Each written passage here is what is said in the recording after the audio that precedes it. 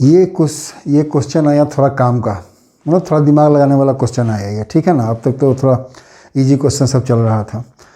9th question है, a contractor employed 210 men to build a house in 60 days. In 60 days. After 12 days, he was joined by 70 more men. In how many days will the remaining work be finished? कह रहा है कि एक contractor ने एक 210 आदमी को लगाया है घर बनाने के लिए 60 दिनों में, ठीक है। आफ्टर 12 डेज, 12 दिन तक काम चला। उसके बाद उसको लगा होगा कि काम थोड़ा स्लो चल रहा है या फिर ये उसको काम थोड़ा जल्दी करना होगा। उसने 70 और आदमी को उस काम में लगा दिया। तो पूछ रहा है कि अब जो बचा हुआ काम है, याद रखना जो क्वेश्चन पूछता है ध्यान दो, पूरा काम नहीं पूछ रहा, वो पूछ रहा है कि रिमेनिंग वर्क, जो बचा हुआ काम है वो अब कितने दिनों में हो जाएगा। सबसे पहले ये इन्वर्स वेरिएशन का क्वेश्चन है, तुम इजीली समझ सकते हो। क्यों? क्योंकि आदमी है और समय है, जितने आदमी ज़्यादा लगेंगे टाइम उतना ही कम दिन में हो जाएगा, और जितने आदमी कम होंगे टाइम उतना ही ज़्यादा दिन लगेगा। मतलब एक डिक्रीज़ कर रहा है तो दूसरा इंक्रीज़ कर रहा है, इसका मतलब है कि इन्वर्स वेरिएशन वाला क्वेश्चन है ये, ठीक है। अब देखो जो दिया हुआ है उससे हम लोग क्या क्या निकाल सकते हैं। सबसे पहले एक चीज़ समझो, यदि समझ में नहीं आ रहा है तो थोड़ा सा इसको ड्रॉ करते हैं, देखो क्या होता है। ये कहता है यहाँ से यहाँ तक तुम मानो इस टोटल में इसको आदमी कितने लगने थे, 210, और टाइम कितना लगना था, वो था 30 डेज। ये टोटल काम इतने दिन में होना था, यही प्रोजेक्ट था उसका। कहता है 12 दिन बाद, मतलब 12 दिन यहाँ मानो, ठीक, ये हो गया 12 डेज। 12 दिन बाद उसने 70 आदमी और डाल दिया। अब तुम यहाँ से यहाँ को कंसीडर करो, ये कितना दिन बच गया, 30 ये 13 ये 60 है, ठीक है। तो 60 डेज में से 12 डेज गया। अब हमारे पास ये जो बचा, ये बचा 40 डेज, 40 नहीं 48 डेज, ठीक है। 60 माइनस 12, 48 डेज बचा। और ये 48 डेज में आदमी कितने हो गए, 210 तो थे ही, 70 और आ गए। अब तुम समझ सकते हो कि क्वेश्चन हमारे पास अब क्या हो गया कि 210 आदमी को काम 48 दिनों में कर देना था। यदि कि नॉर्मल काम चलते रहता तो यही होता ना कि आदमी उतने ही होते और 48 डेज में काम को कर देना था। अब क्या हो गया कि 210 प्लस 70 हो गए, तो कितने दिन लगेंगे। क्वेश्चन अब तुम समझ जाओगे क्या हो गया, समझ जाना चाहिए तुमको अब तक कि 210 आदमी यदि 48 दिन में 210 man can build the building in 48 days, then in how many days 280 man will build the same building. इसको हम लोग लिखेंगे, तो हमने फिगर से समझा, इसको लिखेंगे कैसे, सो देखो इसको हम लोग लिख सकते हैं total number of days left, number of days left, ये हो गया 60 माइनस 12, कितने हो गए 48 days. Total man for remaining work, ये कितने हो गए हमारे पास, 210 तो पहले से थे और 70 और आ गए, ये हमारे पास आ गया 280 मैन। यही है, ये हमने समझने के लिए किया था, लिखने के लिए यही चीज़ है। अब क्या है कि 280 आदमी बचे हुए काम को 48 दिनों में कर दे, 240 मैन को वो काम करना है कितने दिनों में, और उसका रेट दिए हुए है कि 210 आदमी उसको 48 दिनों में कर देता। अब तुम समझ गए होगे कि ये क्वेश्चन कैसे बनेगा, ठीक है। सिंपल सा चीज़ है, क्या पूछ रहा है, डेज पूछ रहा है, डेज बाद में दिए हुए हैं। Since 210 men can build the building in कितने दिन में कर देता, 48 डेज। यही उसका प्रोजेक्ट था। यदि काम चलता रहता, करना होता तो यही होता ना। ये अब 210 आदमी 48 दिनों में उस काम को ख़त्म कर देता, यदि सेम चीज़ होता रहता तो।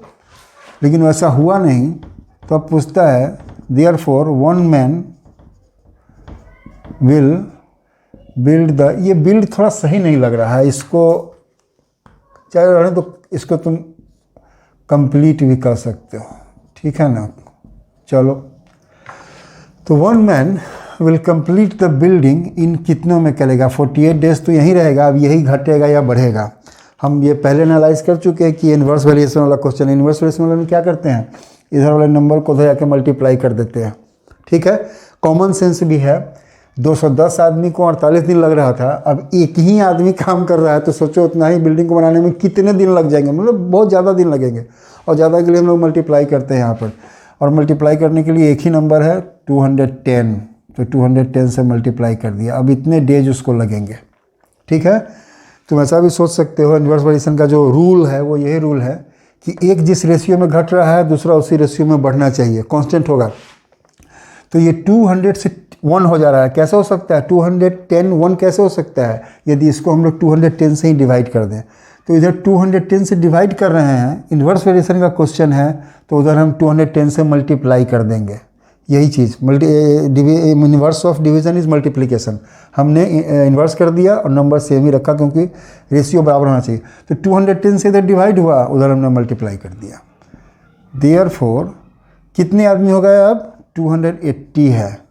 280 men will build the building in 48 into 200। Same चीज़, अब ये 200 उधर जाके मल्टीप्लाई होगा या डिवाइड होगा? अरे भाई, एक आदमी को जितना टाइम लग रहा था 280 मैन जब आ गया तो अब ऐसा टाइम कम लगेगा। कम करने के लिए हम लोग यहाँ डिवाइड ही करेंगे, तो 280 से हमने इसको डिवाइड कर दिया। रूल के हिसाब से भी सोच लो, पूरा कंसेप्ट के साथ चलो। रूल के हिसाब से भी सोचोगे तो 128 हो गया। 128 कैसे हो सकता है? 1 में जब तुम 280 से मल्टीप्लाई कर दोगे तो 280 हो जाएगा। इधर हमने 280 से मल्टीप्लाई कर दिया तो उधर 280 से डिवाइड कर दिया। इन्वर्स वेरिएशन में ऐसा होता ही है।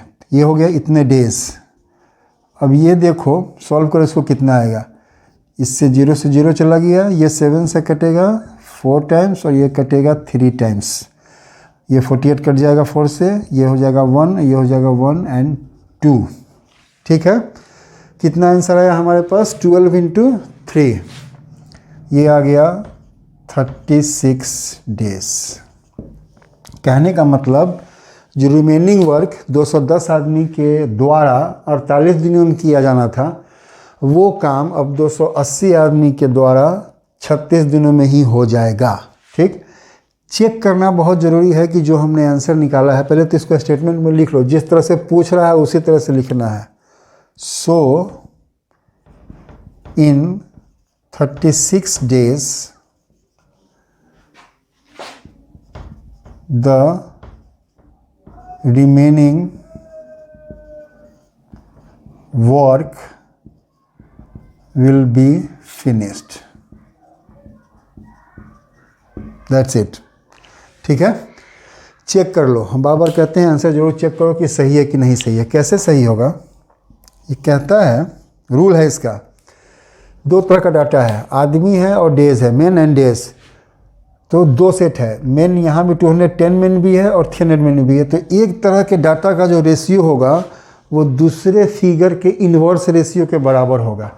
तो एक तरह का फिगर क्या है हमारे पास? 210 है, इसका रेशियो हो जाएगा 210 और दूसरा है 280, ठीक है। इसके करस्पॉन्डिंग डेज का रेशियो क्या हो जाएगा? तो 210 को 60 डेज लग रहा था, इधर 60 है और उधर कितना है? 48 है। तो इसका इन्वर्स रेशियो के बराबर होगा। तो 60/48 नहीं होके ये 48/60 हो जाएगा, ठीक है। एक डाटा के रेशियो का वैल्यू दूसरे डाटा के इन्वर्स रेशियो के बराबर होना चाहिए। तो एक रेशियो का डाटा 210/280, इसके करस्पॉन्डिंग रेशियो हो जाएगा 60/48 और उसका इन्वर्स हो जाएगा 48/60।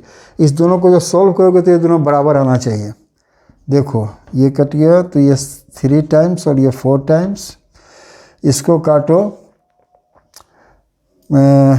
चलो छोटे से ही काटो, तो ये 4 से कटेगा तो 1 हो जाएगा, 2 हो जाएगा और ये हो जाएगा 15 टाइम्स। ये 3 से कटेगा 4 टाइम्स और ये 5 टाइम्स। हमारे पास क्या आ गया? नहीं, ये कुछ कहीं गड़बड़ हो रहा है क्या?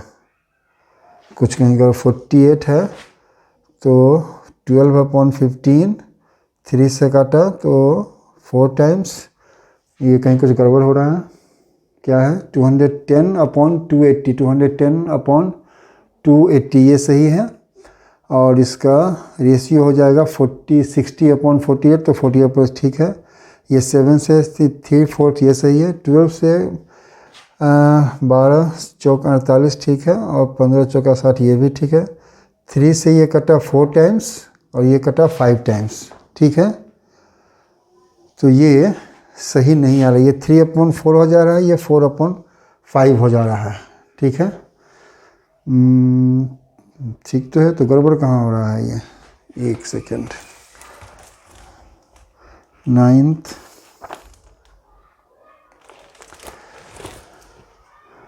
210